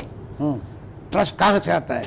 लास्ट एमनेस्टी में एफबीआर ने, एफआईए ने, नैब ने तंग किया, हमने लिखा, लेटर लिखे, सब लिखा। जब वो तंग किया उसके बाद वो रुके। अब यही, और दूसरा इस एमनेस्टी में किया है, मैंने ये इस एमनेस्टी में सिर्फ इट्स बेनामी एमनेस्टी है। अब वो लोग आएंगे कौन से, जिन्होंने बेनामी रखा हुआ है, ठीक है। अब वो कब आएंगे? जब उनको पता ये चले कि अब एफआईए, नैब हमारे पीछे नहीं आएगी। इमरान खान अपनी जगह पे बड़ी मेहनत कर रहा है, बट इसके जो एडवाइजर्स हैं, ये जो भी इसके साथी है, इसको ये चीज़ें भी तो बताए कि भाई ये चीज़ें आप बंद करो। और आज बजट आ रहा है, मैं जो इन्फॉर्मेशन है, अगर as per the information budget आता है तो उसमें एजुटेशन का भी चांस है, इसमें प्रॉब्लमेटिक के चांस है, इसमें देखो इंडस्ट्री अगर उठाएगी नहीं वो चीज़, अब ये कहते हैं आम आदमी को अफेक्ट नहीं करेगा। मुझे एक बात बताओ कि आप उन कंज्यूमर प्रोडक्ट्स पे टैक्स लगाने जा रहे हो जो जिनका काम है पास ऑन कर देना, ठीक, तो किधर जाएगा? आप बिजली पे कर रहे हो चीज़ें, किधर जाएगा? आप गैस पे कर रहे हो, किधर जाएगा? आप कपड़े पे करोगे, जीरो रेटेड खत्म करोगे, जो लोकल इंडस्ट्री में जो लोअर लेवल पे लोग लेते हैं वो किधर जाएगा? ये सारी चीज़ें अल्टीमेटली पास ऑन हो जाएगी। ठीक, तो पास ऑन होगी तो किस पे जाएगी? आवाम पे जाएगा। ये कैसे कह रहे हैं कि आवाम पे नहीं जाएगा? तो ये एडवाइजर बता नहीं रहे हैं क्या? ये एडवाइजर आपको बता रहे हैं ना, मुझे बता रहे हैं कि आवाम पे नहीं जाएगा। हमारे एडवाइजर बन गए ना वो। खान साहब को नहीं बता रहे? मुझे क्या पता है, अब वो तो उधर खान साहब बताए ना कि मुझे बताएंगे। तुला साहब, अनऑर्गेनाइज्ड होलसेल सेक्टर डार साहब नहीं लेके आ सके, मुशर्रफ एरा में भी हम समझ रहे थे बड़ी कोशिश हुई थी, गैर नहीं हो सियासी। सका, हुआ ना वहां पे भी हुआ। गैर सियासी ना जी गैर सियासी गैर सियासी। अच्छा चले यहाँ पे देखें, अब वो जो आपको एक झुंझुना पकड़ा दिया है फाइलर और नॉन फाइलर का पिछले 2016 से, वो आप बजाते चले जा रहे हैं, अभी भी वही होगा। अखबारी तराशे ये कहते हैं कि ये कॉन्सेप्ट को एक अलग रूप में आज पेश किया जाएगा। अखबारी तराशे कहते हैं कि 10th शेड्यूल या कोई एक शेड्यूल आ जाएगी इनकम टैक्स में कि इस किस्म के जो नॉन फाइलर है, नॉन फाइलर की डेफिनेशन हट जाएगी। हटने के बाद ये एक शेड्यूल में आ जाएंगे और शेड्यूल में कोई ऐसा नहीं होगा कि ये आ जाएंगे, ये सारा कॉन्सेप्ट ही हट जाएगा। हटने के बाद आप और मैं जो उनका टैक्स डिडक्ट कर रहे होंगे, अगर सपोज करें आप फाइलर हैं, आपका नाम ATL active tax payers list में है, तो आपसे अगर सपोज करें 3% मुझे लेना है as per income tax ordinance के शेड्यूल के, उनसे मुझे 6% लेना है और उनका मैं CNIC नंबर और काफ़ी डिटेलें मुझे आपको देनी पड़ेंगी। अखबारी तराशे कहते हैं, मुझे नहीं पता फाइनल आउटकम क्या आता है। और उसके हिसाब से सेक्शन 123 का प्रोविजनल ऑर्डर सर्व किया जाएगा इनको, और 111 जिसमें डीम्ड इनकम और अनएक्सप्लेन्ड इनकम होती है, वो ऐड करने के बाद उनको कहा जाएगा INET में। अब एक बड़ा अच्छा कॉन्सेप्ट है कि जी नॉन फाइलर का एक ऑप्टिक ख़त्म हो जाएगा और फाइलर की बात आ जाएगी, तो कोई नॉन फाइलर नहीं रहेगा, सारे झमेले ख़त्म। मगर क्या मेरे पास वो इन्फोर्समेंट कैपेसिटी और कैपेबिलिटी है कि अगर मेरे पास, आप देखें अनरजिस्टर्ड सेल्स कितनी होती हैं, अब अनरजिस्टर्ड के पास मैं नॉन फाइलर का मैं टैक्स काट के तो जमा करा देता हूँ। अगर एज ए विदहोल्डिंग एजेंट आप मेरा काम भी बढ़ा दोगे, बढ़ाओ, 100 बिस्मिल्लाह, इतने काम करते हैं, एक काम और कर लेंगे अब। मगर आगे क्या आपके पास इतनी कैपेसिटी है without managing this data on automation और थ्रू ऑटोमेशन? क्या वो कैपेसिटी है आपके पास? Answer is no, answer is no. अब आप आ जाएं होलसेल रिटेल, अगेन 7,000 अरब की वो भी एक मार्केट रखते हैं। 21 लाख कमर्शियल शॉप्स का हमने डेटा दिया FBR को कि जी आइए जियो फेंसिंग के साथ, कि घोड़ा भी है मैदान भी है, आइए। कैपेसिटी नहीं थी। आप समझ रहे हैं क्या टैक्स रिफॉर्म्स ने कुछ नहीं किया होगा? आपने टैक्स रिफॉर्म्स की रिपोर्ट पढ़ी होगी, सिराज भाई ने पढ़ी है, उनका भी नुमाइंदा मेरे साथ मेंबर था, मैंने देखी लिखा। ये जो बात की जा रही है कैपेसिटी कंस्ट्रेन है या नहीं, और अगर कैपेसिटी कंस्ट्रेन है तो फिर मामला सही कैसे होंगे? मैं एक बात करना चाहता हूँ। बात ये सही कह रहा है, कैपेसिटी कंस्ट्रेन तो है number 1, but at the same time ये जो चीज़ें हैं और जिस तरह की आड़ियाँ आपने लगाई और जिस तरह के टैक्सेस आप बढ़ा रही, ये क्या है? This is actually an incentivisation of corruption. लिख लो आप। अच्छा, जितने टैक्सेस बढ़ाओगे करप्शन बढ़ेगी। इसलिए कि FBR से हमारे में भी चोर है, उधर भी चोर है, ठीक है, और चोरों को मिली भगत से काम होगा। अब ये आप समझते हो कि टैक्स बढ़ाने से नेगेटिव पॉजिटिव मैथमेटिक्स आप सोचो ना। दूसरी बात, एक और बात सोचो कि अगर आप ये करप्शन बढ़ाने जा रहे हो और इतने टैक्सेस लगाने जा रहे हो, तो आप क्या समझते हो कि ये आपको रेवेन्यू बढ़ेगा? मैं ये समझता हूँ कि ज़्यादा टैक्सेस लगाने से ग्रोथ में जो कमी आ रही है, वो ग्रोथ की कमी की वजह से अल्टीमेटली रेवेन्यू भी कम हो जाएगा, नंबर 1। नंबर 2, दूसरी जगह पे ये सप्लाई साइड ऑफ इकोनॉमिक्स नहीं चला रहे, ये श्रिंक कर रहे हैं पूरी इकोनॉमी को, और श्रिंक करके फंसा रहे हैं लोगों को, जिससे इकोनॉमी खराब हो रही है, रेवेन्यू खराब हो रहा है, और ये होता रहेगा, रुकेगा नहीं इनके ये इक़दामात से। नहीं तो अब हफीज शेख साहब जो है वो क्या प्लान लेकर आए? रज़ाक दाऊद साहब के जहन में क्या है? हम्माद अजहर के जहन में क्या है? शब्बर जैदी के जहन में क्या है? ये मतलब सप्लाई साइड इकोनॉमिक्स लाने के लिए सबसे पहला काम क्या है? सबसे पहला काम ये है कि आप ये इंटरेस्ट रेट 12.25 के ऊपर जा रहा है, वो उसको निकालो, उसको रिवर्स करो, उसको रिवर्स करना शुरू करो, सारी दुनिया का ट्रेंड देखो। आपके टारगेट होने चाहिए ग्रोथ के साथ, कि ग्रोथ मिलेगी, नहीं मतलब आप तो IMF प्रोग्राम में जा रहे हैं ना, तो ग्रोथ तो आप साइड में रखें, आप फिर स्टेबिलिटी की बात करें। ये तो एक प्री रिक्विजिट है ना, प्री कंडीशन है, डॉलर, इंटरेस्ट रेट, ये सारी चीजें आप IMF प्रोग्राम में जा रहे हैं तो आपको करना पड़ेगा वाली बात नहीं है। IMF से भी आपको डील उस तरह करनी चाहिए थी, IMF के हवाले से। इसीलिए मैं ये कह रहा हूँ कि अगर आप ये 12.25% इंटरेस्ट रेट रखोगे, इंडस्ट्रियलाइजेशन नहीं होगा, नया जॉब क्रिएशन नहीं होगा। पहले इंडस्ट्री फंसी हुई है और फिर अब आप उसके ऊपर टैक्सेस भी डालोगे, फिर उसके ऊपर डॉलर का इम्पैक्ट भी आ रहा है, तो ये सब चीजें कहाँ ले जा रही है आपको? आप ये जितने भी ये जो पैसे रख रहे हो और ये जो इंडिकेटर दिखा रहे हो, ये अगर ये इंडिकेटर जो आप लास्ट ईयर, अभी तो आप टाल रहे हो ना कि अगली हुकूमत ने बनाया था टारगेट, अभी आपने कहा शुरू में। अब आप मुझे ये बता दो कि अभी तो टारगेट आप बना रहे हो ना अगले साल का। सही।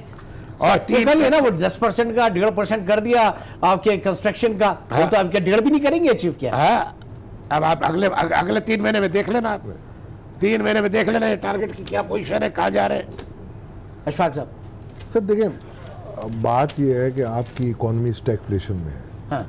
आपका इंटरेस्ट रेट बढ़ रहा है, आपकी ग्रोथ कम हो रही है, इन्फ्लेशन आपका बढ़ रहा है और अनएम्प्लॉयमेंट बढ़ रही है। इंटरनेशनली एक्लेम्ड अगर मैं फार्मूले पे जाऊं तो ये अगर जमूद है इस वक्त, हाँ। और 2 क्वार्टर यानी 2 छमाहियां ऐसी अगर इस हालत तो में रिसेशन है। ना ये कसाद बाजारी और रिसेशन आप कह देते हैं। हमारे यहाँ तो डेटा की रिलायबिलिटी का हम आपस में भी खुद डिस्कस कर रहे होते हैं, लेट अलोन दी इंटरनेशनल एजेंसीज। एक्चुअली सिराज भाई की बात को मैं देखो, आपको ग्रोथ को स्टिमुलेट करना था, ठीक है, और ये पहली दफा हुआ है कि आप इस मतलब अपने बजट को देखेंगे कि प्राइमरी बजट डेफिसिट क्या बात।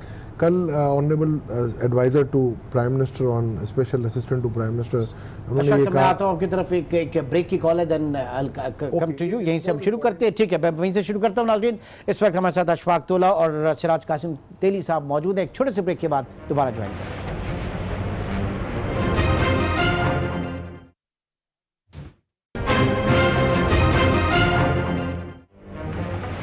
Welcome back. Budget special transmission में सिराज कासिम तेली और अशफाक तोला साहब इस वक्त कराची स्टूडियो में मौजूद हैं। सिराज साहब, एक ऐसा बजट जिसमें एक बहुत ही खौफ फिर पाया जा रहा है इंडस्ट्रीज़ में, तमाम जो ट्रेड बॉडीज़ हैं वो इस वक्त आपके सामने सारा उनका इनपुट क्या होने जा रहा है, फिर हम कहाँ जाएंगे? अगर IMF के हवाले से भी आप देख रहे हैं, मईशत कहाँ जा रही है फिर? नहीं, मैंने जो आपको कहा कि जो चीज़ आज तक कभी टीवी मीडिया हर जगह से पता चल रही है, उस हिसाब से तो ये बजट नहीं है, ये कोई किस्म का एटम बम है, ठीक है। फिर भी अभी भी आखिरी 2-4 घंटों में भी मेरे जैसा आदमी इमरान खान से उम्मीद रखता है, इसलिए कि इमरान खान को हम अच्छा आदमी समझते हैं, इमरान खान को ईमानदार और सही समझते हैं। और इमरान खान की टीम को, इनकी टीम को छोड़े, Imran Khan should order them कि भाई बैकलैश ना आए। ये नहीं हो सकता है कि इमरान खान ने कहा कि मुझे डबल रेवेन्यू करना है तो आप हर तरफ से शुरू हो जाओ। ये नहीं सोचो कि डबल रेवेन्यू होगा कि नहीं, पहले इंडस्ट्रियां बंद हो जाएगी, काम खराब हो जाएगा। आपने 0 से रेटेड बंद किया, आपको उसमें करेक्शन करना था। आपने करेक्शन की बजाय बातें कर रहे हो ख़त्म करने की, जो कि सही नहीं है। आप कंज्यूमर प्रोडक्ट्स बेवरेज पे ऑलरेडी 100 अरब रुपए ले रहे हो, 100 अरब प्लस ले रहे हो, और आप उसमें बातें कर रहे हो ये शुगर टैक्स और फलाना टैक्स और हेल्थ टैक्स, जिसका बनता है 40-45 अरब रुपए। आप समझते हो कि ये इंडस्ट्री में इतनी ताकत है कि ये बर्दाश्त करेगी? ये सारा पास ऑन होगा। शुगर पे आप कह रहे हो कि 8% था, हम 17 कर देंगे, तो आप समझते हो कि शुगर इंडस्ट्री, मिठाइयाँ बनती है, सब चीज़ें बनती है, तो सारा फिर आवाम के ऊपर आ गया ना, पास ऑन पे हर चीज़ आवाम पे जा रही है। ये इमरान खान को सोचना चाहिए, इनसे सवाल करना चाहिए कि मुझे लिख के दो कौन सी इंडस्ट्री पे तुम क्या लगा रहे हो, और आवाम पे ट्रांसलेट नहीं होगा। देखिए, इमरान खान को सवाल तो करना चाहिए ना। ट्रस्ट करता है इमरान उन पे, बिल्कुल करे। इमरान का काम है कि उनको सही बोल दे, मगर ये भी तो साथ बोले ना कि भाई ये गलत करोगे तो इंडस्ट्री तबाह हो जाएगी। आज आपका जो भी कलेक्शन हो रहा है, जो भी है, 4000 अरब रुपए कलेक्शन हो रहा है ना, ये कौन दे रहा है? ये वही लोग दे रहे हैं ना जिन पे आप लगाने जा रहे हो। तो कोई नया तो नहीं ला रहे आप देखें, आपको आइडिया हटा के ग्रोथ बढ़ाने के लिए वो कर दे, आप इंपोर्ट ऑफ लग्जरी कार्स बंद कर दें 1 साल के लिए, वो स्मगल नहीं हो सकती। आपके इस इकदामात की वजह से स्मगलिंग बढ़ गई है, जो थी और ज़्यादा हो गई है। आपके इस इकदामात से चोरी कबाड़ी बढ़ गई है, करप्शन बढ़ गया है, इसलिए कि ये चीज़ें सारी जो जिस डायरेक्शन में आप हो, ये मुल्क को तबाह करेगी। तोला साहब, कितना स्पेस है इस वक्त हुकूमत के पास? IMF प्रोग्राम सामने है और कंडीशंस है, एक अवामी फलाही रियासत, मदनी रियासत की जो बात कर रहे हैं, तो उसमें स्पेस कितना है? -100। -100? मेरी बात सुनिए, सिराज भाई बड़े मेरे मोहतरम है, लीडर है हमारे। क्या इमरान खान को ये पता नहीं है कि IMF से क्या एग्रीमेंट हुआ है?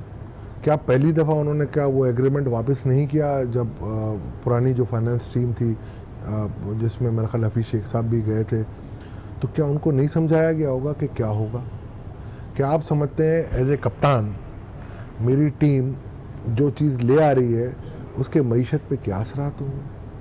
अगर आप ये नहीं समझते तो आपको कप्तान रहने का हक नहीं है, और अगर आप ये समझते हैं तो फिर सिराज भाई से मैं हाथ जोड़ के माफ़ी मांग लेता हूँ कि सिराज भाई कसूर तो कप्तान का तो हुआ। कह रहा हूँ सवाल करो। अब सवाल ये है, सवाल करो। अब मैं आपको सवाल बताता हूँ।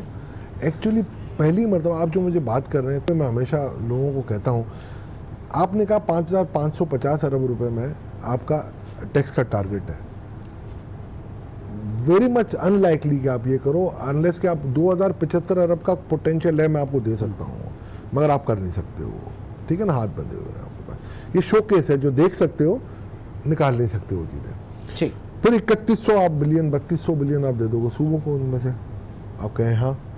फिर इसके बाद आप आ जाएं, आपको प्राइमरी डेफिसिट पहली दफा अनाउंस किया गया 0.6% तक लेकर आना। 0.6% ऑफ GDP। तो GDP अगले साल की है 43,800 बिलियन, जो आपके नेशनल अकाउंट्स के नंबर है। तो 261 बिलियन आप वो ऐड कर दें। फिर मोहतरम फाइनेंस मिनिस्टर साहब ने कहा कि जी 2,900 से 3,000 बिलियन का मैं पे करूंगा इंटरेस्ट उस पर। हाँ। तो ये मेरे पास फिगर बन जाती है 7,120। और फिर हमने कहा कि जी आउटले होगा 6800 बिलियन का। तो उसमें मेरे पास एक ही आइटम है सरप्लस कैश बैलेंसेज ऑफ सूबा। हाँ। जो अभी ओवरड्राफ्ट में अगर वो सरप्लस में आ जाते हैं तो मैं 320 बिलियन उनसे सरप्लस ले रहा हूँ। अब इस टाइट पोजीशन में न्यूक्लियस क्या है मेरा, that is my tax target of 5550 555 cigarette का आगे जीरो लगा दिया है मैंने। ठीक है, उस सिगरेट के ठीक है, ऊपर भी और आगे आप देख लीजिए, छोड़ दे, आगे आप देख लीजिए, एक बात और मुझसे नोट करें सर, बिल्कुल टाइम कंस्ट्रेंट। मौला बजट आएगा, मौला बजट आएगा। मौला बजट। चले अब देखते हैं कि मौला बजट जो है वो क्या लेकर आता है और जो हुकूमती वादे हुकूमती दावे हैं वो कहां तक ऑनर कर पाते हैं। बहरहाल एक बहुत मुश्किल वक्त है इस वक्त पाकिस्तान की मईशत पर। बहुत बहुत शुक्रिया सिराज कासिम तेली साहब और अशफाक तुला साहब प्रोग्राम में बाबा एमनेस्टी स्कीम, इसके ऊपर आगे आने वाले प्रोग्राम में बात करेंगे। कुछ आने का नहीं है, बकौल कुछ आने का नहीं है, तो चले फिर अगले साल मैं ये कह रहा हूँ आपको कि इस हालत में रमजान तो गुजर गई, अब बजट की आमद है, ठीक है, तो अब स्पेस नहीं है। बहुत शुक्रिया, बहुत शुक्रिया नाज़रीन। आपसे इंशाल्लाह ट्रांसमिशन हमारी जारी है, एक ब्रेक और उसके बाद हम आपकी खिदमत में हाजिर होंगे 2:30 बजे।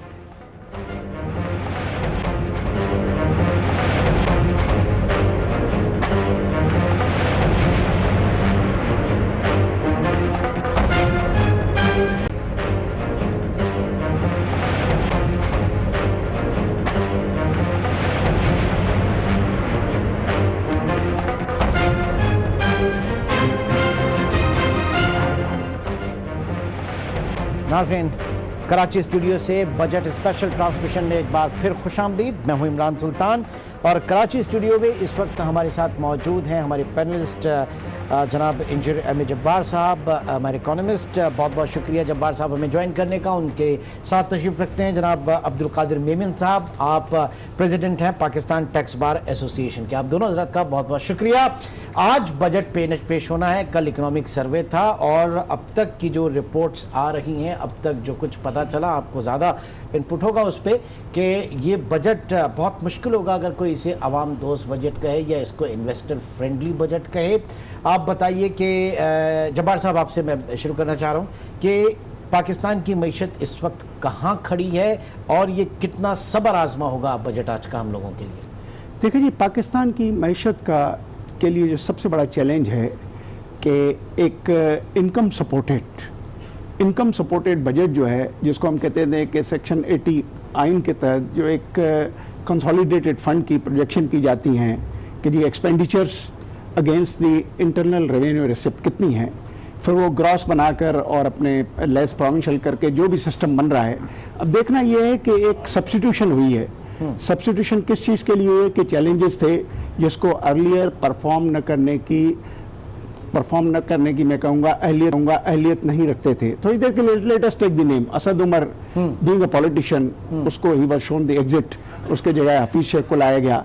हम वापस आए कि एक सीनियर ब्यूरोक्रेट जो है बाजवे को हटाकर एक एक्सपर्ट को ले आए। अब इन एक्सपर्ट्स को देखना है हमने कि इन एक्सपर्ट्स ने इस 9-10 शीटों में जो जाएंगी, जिसको हम कहेंगे कि रेवेन्यू सपोर्टेड एक्सपेंडिचर्स, दो ही किस्म के होते हैं, एक चार्ज एंड रेवेन्यू है और दूसरा अदर प्रपोजल है। मगर हम वापस आते हैं कि आया इस बैलेंस शीट के लिए और क्या मसाइल हैं। इस बैलेंस शीट के लिए अगर मसाइल की बात करें तो रोज़ाना आप भी टीवी में सुन रहे हैं, हम भी बातें कर कर के थक गए हैं कि जी $100 बिलियन जो है वो एक्सटर्नल डेट है, 31,000 अरब रुपए कर्जा चढ़ा हुआ है, 2,500 अरब रुपए जो है वो सूद और replacement of the old loans के मद में हमें अदायगी करनी है, 1250 हमें जो है डिफेंस में देना है, और अगर हम 57.5 की बात करें रेवेन्यू से वो हमें प्रोविंसेस को देना है। तो आखिर में जहाँ पे हम खड़े हो जाते हैं वो फिर हमें 3,000 और अरब रुपए की तकाजा करता है, जो फिर एक फ्रेश लोन्स और जिसको हम कहेंगे कि सिंगल से डेफिसिट, जिसको अक्सर ये ट्विन, अब तो मैं कहूँगा कि ट्रायो डेफिसिट हो रहा है। तो ये सारे मसाइलों को सामने रखते हुए हम मेरा ख्याल है बात करें कि क्या हो सकता है। नहीं, अब सबसे पहले तो ये कि अब तक जो कुछ भी हुआ, क्योंकि हम एक बड़ी ज्यादती होगी उस बजट के जो आदाफ थे जो मिफ्ता इस्माइल साहब जो पेश करके गए थे, वो यकीनी तौर से बहुत ज़्यादा ऑप्टिमिस्टिक थे। अगर इलेक्शन के बाद नून लीग खुद भी आ जाती तो उनको अचीव करना ये दुश्वार होता, बहुत मुश्किल होता, ठीक है। लेकिन जो वो अचीव करके गए थे वहाँ से तो आप कम अज़ कम करेंगे ना। और फिर ये गवर्नमेंट जब आई, आने के बाद असद उमर साहब जो है उन्होंने मिनी बजट पेश किया, तो ये आदाफ को चेंज कर सकते थे या किए भी उन्होंने ये सारी चीज़ें। तो ये परफॉर्मेंस जो है, पहले तो इस परफॉर्मेंस के ऊपर हम बात करेंगे, अगली परफॉर्मेंस आदाफ तो बाद में जाके हम डिस्कस करेंगे कि ये जो परफॉर्मेंस रही कारी साहब, कैसी आप देख रहे हैं? देखिए, हर साल इमरान साहब ऐसा होता है कि जो बजट होता है या जो हमारे रेवेन्यूज़ होते हैं वो रेवेन्यू रिलेटेड होते हैं, बट इस साल अगर हम इसको देखें तो ये एक्चुअली कंजम्पशन बेस्ड हमारा ये जो पिछला साल जो गुजरा है, कंजम्पशन बेस्ड मैं इसलिए कहूँगा कि अब आप देखें कि इसके अंदर आपकी जो है वो डॉलर की जो एडजस्टमेंट की गई, जो कि ऑलमोस्ट 30% की गई, उसकी वजह से चीज़ें ऊपर गई। फिर इसके बाद जो है वो आपकी जो अपना जो इंटरेस्ट रेट है वो बढ़ गया। जब इंटरेस्ट रेट बढ़ गया इसका मतलब आपका इन्फ्लेशन हो गया, अगेन आप कंजम्पशन पे चले गए। तो मैं ये समझता हूँ कि अगर हम इस साल को पिछले साल का रेप्लिकेट नहीं समझेंगे तो मेरे ख्याल में ये ज्यादती होगी। ये उससे मतलब कुछ बुरा तो हो सकता है, बट उससे अच्छा पुअर फ्रेंडली या नेशनल फ्रेंडली या नहीं हो सकता। अब उसकी वजूहत क्या है? इसकी वजूहत ये है कि आप अभी रिसेंटली IMF के पैकेज के साथ गए हैं और उनकी जो एग्रीमेंट है उनकी चंद शराइत थी, जिसको चंद शराइत को आप ऑलरेडी इम्प्लीमेंट कर चुके हैं। एक वन ऑफ द शराइत ये है कि जी आपका बजट डेफिसिट है जो 0.8% से या 6% से ज़्यादा ना होना चाहिए। जब वो नहीं होना है तो इसका मतलब ये है कि आपको 5400-5500 का आपने टारगेट करना है रेवेन्यू का। जो 5.5 ट्रिलियन जो इस वक्त आया वो मतलब वो 0.6 पे आके रहता है।